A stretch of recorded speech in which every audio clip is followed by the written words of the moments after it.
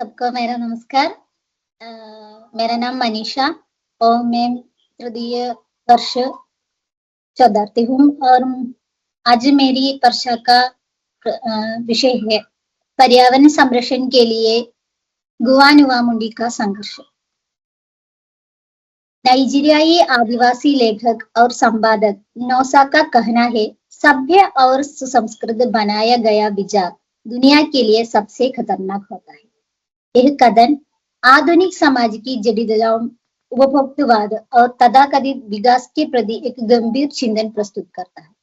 यह हमारे समाज की उन मान्यताओं और विचारधाराओं की ओर संकेत करता है जो सभ्यता और संस्कृति के नाम पर प्रगति और मानवता के मूल्यों को नष्ट कर रही है। सभ्यताओं के विकास के साथ साथ मनुष्यों ने प्राकृतिक संसाधनों का अंधाधुंध दोहन शुरू किया, जिसके परिणाम स्वरूप पर्यावरण असंतुलन, जलवायु परिवर्तन और जैव विविधता का नाश हुआ। पर्यावरण और प्राचीन संस्कृति के संदर्भ में जब हम बात करते हैं तो आदिवासी जीवन इसका उत्कृष्ट उदाहरण प्रस्तुत करता है। आदिवासियों का जीवन प्रकृति के साथ सामंजस्य में जिया जाता है, जहां न तो प्राकृतिक संसाधनों का अत्यधिक शोषण होता है और न ही पर्यावरण असंतुलन की छेड़छाड़। सभ्य समाज जहां प्रौद्योगिकी और विकास के माध्यम से स्वयं को उन्नत और परिपक्व समझता है, वहीं आदिवासी समुदाय का असभ्य कहा जाने वाला जीवन प्रकृति के नियमों और उनकी रक्षा के सिद्धांतों पर आधारित होता है। उनके लिए प्रकृति केवल संसाधनों का स्रोत नहीं, बल्कि एक जीवनदायिनी माता के रूप में पूजनीय। आदिवासी समाजों का पर्यावरण के प्रति विशेष दृष्टिकोण उनके अस्तित्व के साथ गहरे से जुड़ा हुआ है। आधुनिक समाज विकास के नाम पर जंगलों की कटाई, नदियों का दोहन और जंगली जीवन का नाश करता जा रहा है।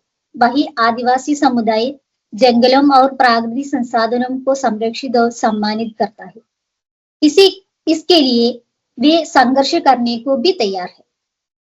गुआ नुआ मुंडी 8 सितंबर 1980 को 1980 को हुए गुआ गोलीकांड संदर्भ में आदिवासियों के संघर्ष और बलिदान की स्मृति में लिखी गई कविता है। 1980 में वन विभाग ने सारंडा के 156 आदिवासियों को झूठे मामले में फंसकर गिरफ्तार कर दिया। आदिवासी संघर्ष का कारण यह था कि वन विभाग द्वारा किए जा रहे शोषण, खदानों से बाहर खेतों में पहुंचने वाला लाल पानी के कारण किसानों की जमीन के नुकसान और सील गुआ खदान में रोजगार आदि। गुआ गोलीकांड दौरान घायल आदिवासियों को इलाज के लिए अस्पताल में भर्ती कराया, वहां उन्हें बंदूक से मारकर हत्या कर दी गई। इस आंदोलन का नेतृत्व देवेंद्र माची, बहादुर उराव, मछुआ गगराई, मोरा मुंडा, शैलेंद्र महतो और भुवनेश्वर महतो जैसे नेताओं ने किया था। कविता की पहली पंक्तियां इस प्रकार है। इतने वर्षों बाद भी राख जीवित है इन पहाड़ों में, जंगल में जैसे अभी ही थोड़ी देर पहले आग लगी। सालों पहले की इस घटना की आग अब भी उन लोगों के मन में है। पुरखों की दृष्टि इतनी व्यापक और दूरदर्शी है कि जब वे अपने पहाड़ों पर हो रहे खनन के कार्य को देखते हैं तो उन्हें यह स्पष्ट रूप से समझ में आता है कि यह खनन कार्य भविष्य उनकी आने वाली पीढ़ियों के लिए खतरनाक होगी। इसी भविष्य की चिंता के कारण वे खनन के खिलाफ संघर्ष करते हैं। अपने पहाड़ों और संसाधनों के संरक्षण के लिए आज आवाज उड़ाते हैं। अनुज लुगन अपनी कविता गुआ नुआ मुंडी में यह चित्रण करते हैं कि खदानों के पास जन्म बच्चों के सांवले चेहरे अब धूल और प्रदूषण से ढक गए हैं। कविता में अनुज लुगन कहते हैं कि गुआ नुआ मुंडी, किरीबुरु, हत्तनाबुरु जैसे पहाड़ एक दूसरे से पास दूर हो गए। खदानों ने इन पहाड़ों के एक दूसरे से दूर किया। हर पहाड़ अपनी पहचान खोकर धरती में समा रहा। विकास के सबसे खतरनाक कार्य में एक है खनन। इसके कारण अनेक पर्वतों को नुकसान हुआ, जैसे अरावली पर्वत, विंध्याचल पर्वत, सिंहभूम, छोटा नागपुर पठार, नीलगिरी पर्वत, गुंडरदेही और दिल्ली राजकरा क्षेत्र आदि प्रभावित हुए हैं। अनुजलिन बताते हैं कि खदानों ने इन पहाड़ों को एक दूसरे से दूर कर दिया।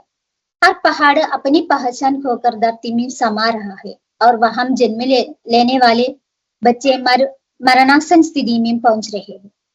गुआ और नुआमुंडी का जिंदे है। आज उन्हें इतना हतनाबुरु की ओर पलायन करना पड़ा।